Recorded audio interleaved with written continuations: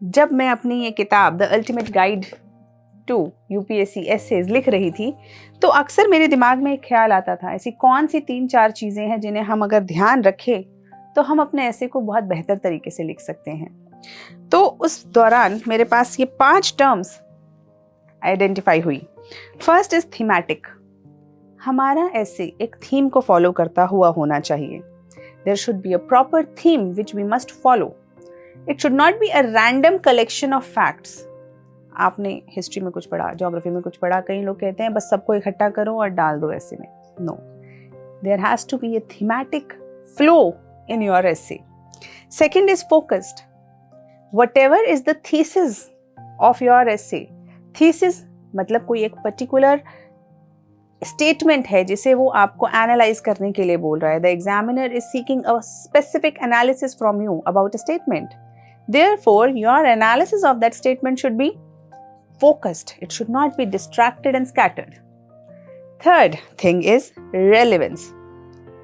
All the topics that we include in our essays, anecdotes, data, examples, stories, all of them should be very relevant to your essay. कई बार आप किसी essay को पढ़ेंगे और आपको realize होगा कि किसी बच्चे ने बस सिर्फ डालने के लिए उसके अंदर एक एग्जाम्पल डाल दिया है, क्योंकि शायद उसने 5 कहानियां याद करी थी, उस 5 में से ये सबसे ज़्यादा फिट होती हुई सी लग रही थी तो उन्होंने यूज़ कर ली. Not good. We have to understand that essay is not just the collection of different examples together. It is a logical, organic flow in which a conversation goes, in which a thesis goes. So we have to consider it. So, very important. Only include things which are relevant.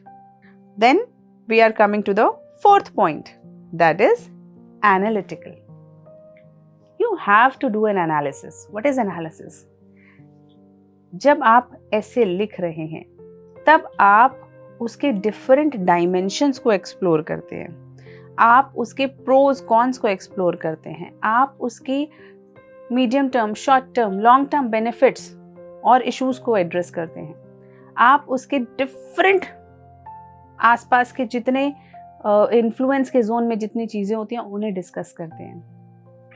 Major thing is that you analyze it. It shows that you can understand a complex topic and you can dissect it to understand various dimensions. तो उसमें analysis होना बहुत ज़रूरी है. Analysis is the key. ऐसे का मतलब ही है it should be analytical. And lastly, it should be creative. Keeping a person engaged to read for such a long time.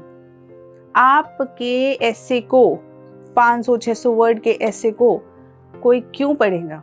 वो तभी पढ़ेगा ना जब आप उसे उतने समय तक एंगेज रख पाएंगे. सो योर ऐसे शुड बी क्रिएटिव.